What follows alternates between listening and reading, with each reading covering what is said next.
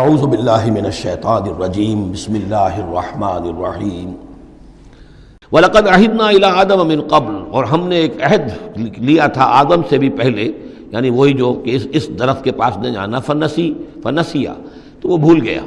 وَلَمْ نَجِدْ لَهُ عَزْمًا، اور ہم نے نہیں دیکھی اس میں کچھ ہمت۔ یہ عزم کے دو ترجمے کیے گئے، دونوں صحیح ہیں، یعنی یہ کہ ایک ہے پختگی ارادے کی کہ وعدہ اس نے کیا لیکن اس وعدے کو نبھا نہیں سکا، ہم نے اس کے اندر عزیمت نہیں پائی، کمزوری پائی۔ خلق الانسان ضعیفا، ایک اور جگہ آپ دیکھیں گے انسان کی خلقت میں کچھ کمزوری کا پہلو موجود ہے، تو آدم کی طرف سے اس کمزوری کا اظہار ہو گیا۔ ایک ترجمہ اس کا یہ کیا گیا ہے کہ اس نے جان بوجھ کر نہیں کیا، یہ نسیہ، بھول گیا۔ وَلَمْ نَجِدْ لَهُ عَزْمًا، ہم نے یہ نہیں دیکھا کہ اس کے اندر ارادہ ایسا ہو کہ وہ اللہ کے حکم کو توڑنا چاہتا ہے۔ ایک ہوتا ہے بغاوت، جانتے بوجھتے شعور کے ساتھ انسان جانتے ہوئے کہ یہ کام جو ہے غلط ہے، اور اس وقت اس کو شعور بھی ہو، اس وقت اس کے مستحضر بھی ہو وہ بات، پھر بھی وہ کر رہا ہے، نہیں، نسی، وہ بھول گیا تھا۔ فنسیا وَلَمْ نَجِدْ لَهُ عَزْمًا، ہم نے اس کے اندر سرکشی کا ارادہ نہیں دیکھا، بغاوت اس کے اندر نہیں پائی، بلکہ در حقیقت یہ نسیان تھا۔ ربنا لا تؤاخذنا ان نسینا او اخطانا، یہ تو عظیم ترین دعا جس پر کہ ختم ہوئی ہے سورہ بقرہ، کہ نسیان اور خطا ان دونوں سے اللہ ہمیں ان پر ہمارا مواخذہ نہ کیجو، تو وہ نسیان تھا۔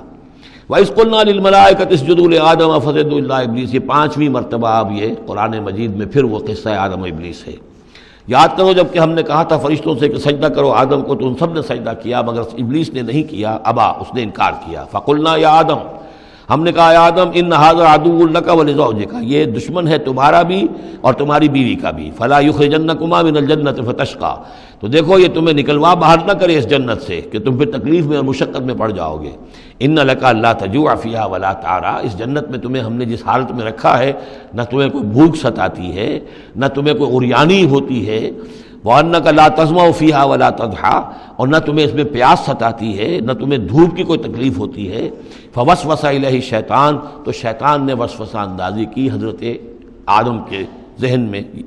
قَالَ يَا آدم، اور کہا هَلْ أَدُلُّكَ عَلَىٰ شَجَرَةِ الْخُلْدِ وَمُلْكٍ لَا يَبْلَىٰ، کیا میں بتاؤں تمہیں وہ درخت کون سا ہے کہ جس سے تمہیں دوام حاصل ہو جائے گا، ہمیشہ ہمیشہ رہو گے۔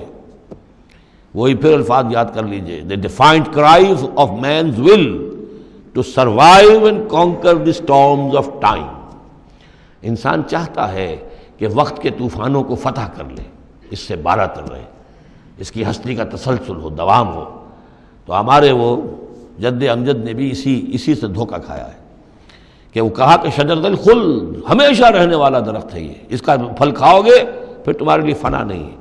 وَمُلْكٍ لَا يَبْلَىٰ، اور ایسی بادشاہی ملے گی جس پر کبھی بوسیدگی اور پرانا پن طاری نہیں ہوگا۔ فَأَكَلَا مِنْهُمَا، تو آدم اور حوا دونوں نے کھا لیا اس درخت میں سے۔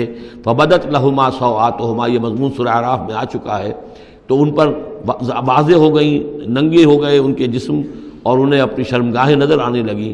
وَطَفِقَا يَخْصِفَانِ عَلَيْهِمَا مِن وَرَقِ الْجَنَّةِ، اور پھر وہ لگے اپنے سطر کو چھپانے کے لیے جنت کے درختوں کو گانٹھ کر لباس بنانے میں۔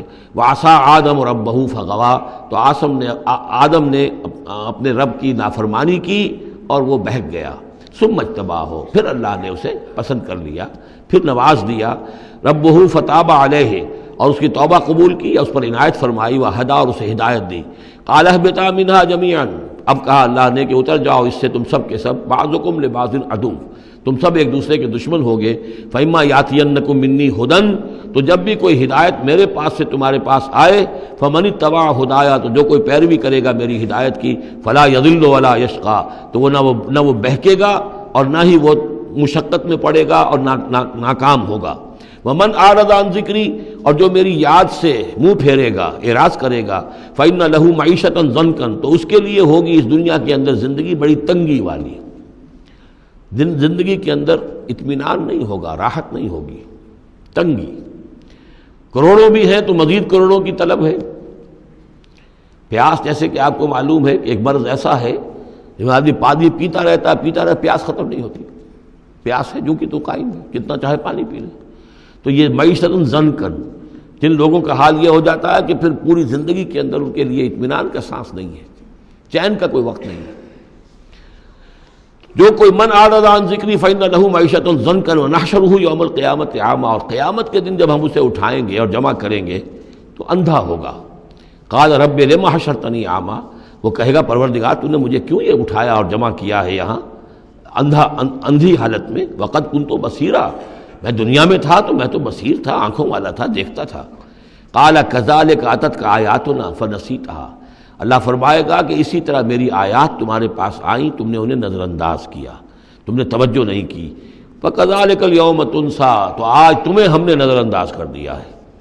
وَكَذَلِكَ نَجْزِي مَنْ أَسْرَفَ، اور اسی طریقے سے ہم بدلہ دیتے ہیں اس کو جو حد سے تجاوز کرتا ہے۔ وَمَنْ لَمْ يُؤْمِنْ بِآيَاتِ رَبِّهِ، اور جو نہیں ایمان لایا اپنے رب کی آیات پر۔ وَلَعَذَابُ الْآخِرَةِ أَشَدُّ وَأَبْقَىٰ، اور یقیناً جو عذاب ہے آخرت کا وہ بہت شدید بھی ہے، اشد ہے، اور ابقا ہے، ہمیشہ باقی رہنے والا ہے۔